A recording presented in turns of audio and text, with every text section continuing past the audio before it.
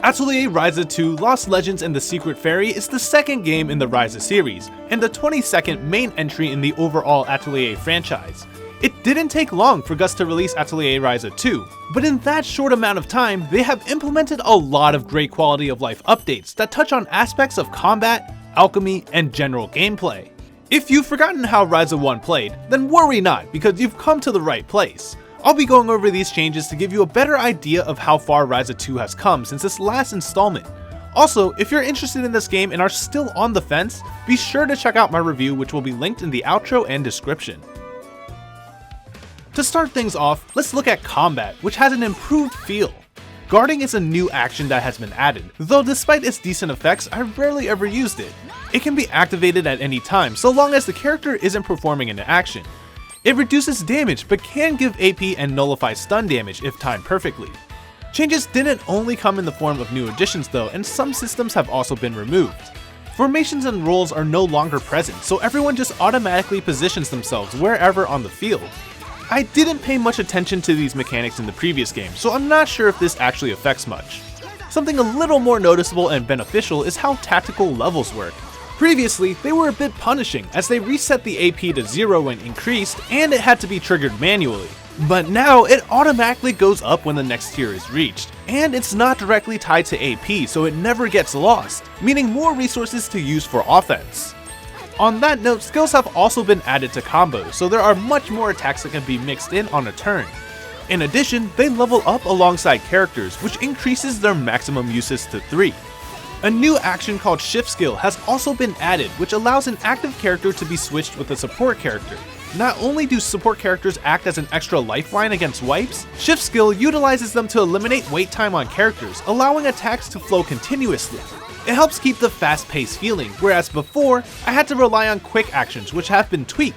Previously, it allowed characters to bypass their wait time and use skills or items at the cost of 10 AP, but now it can only be used for items.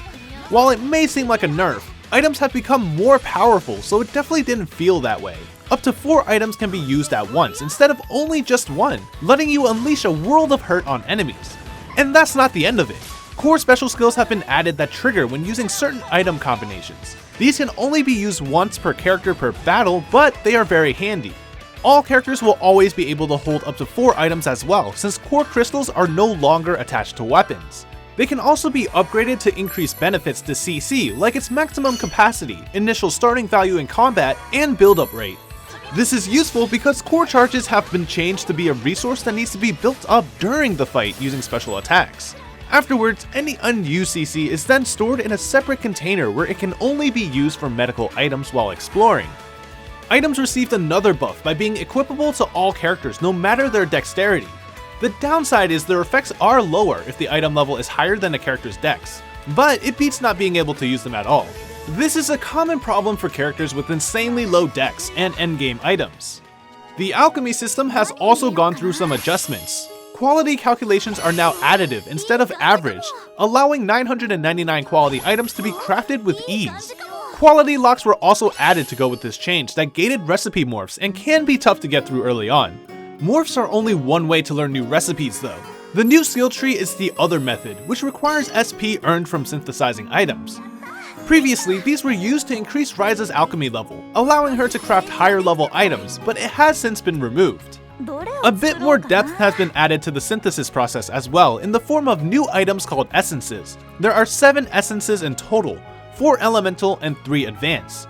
Elemental essences unlock a higher tier effect on the corresponding elemental material loop, giving access to stronger effects that weren't originally accessible, but are limited to 2 uses per synthesis.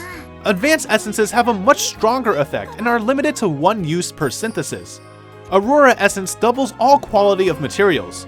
Ether essence doubles all elemental values of materials, and Celestial essence adds the ability to use 1 extra material each time a recipe is morphed. These all have their uses and allow for the creation of some very strong items late game.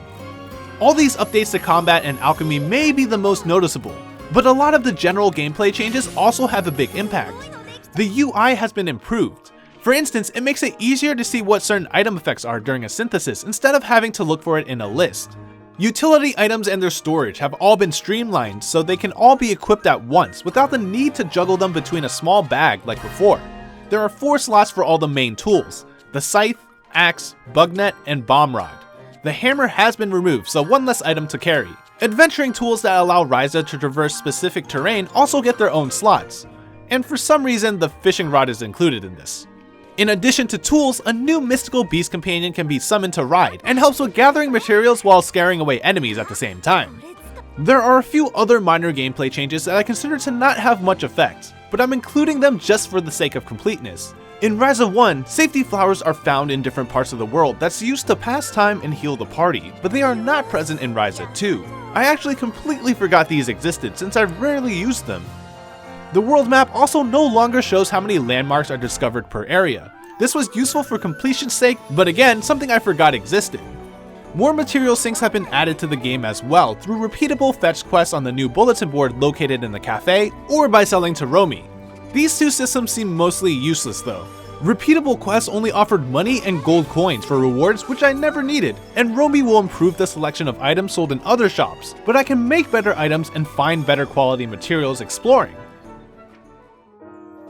Despite kind of ending on a low note, the work that has been put into elevating these new systems should be apparent. There was a lot to cover, but I got through everything that I noticed while playing. Hopefully this has given you a better understanding of Ryza 2's changes. If there's anything I missed, feel free to leave a comment with your findings.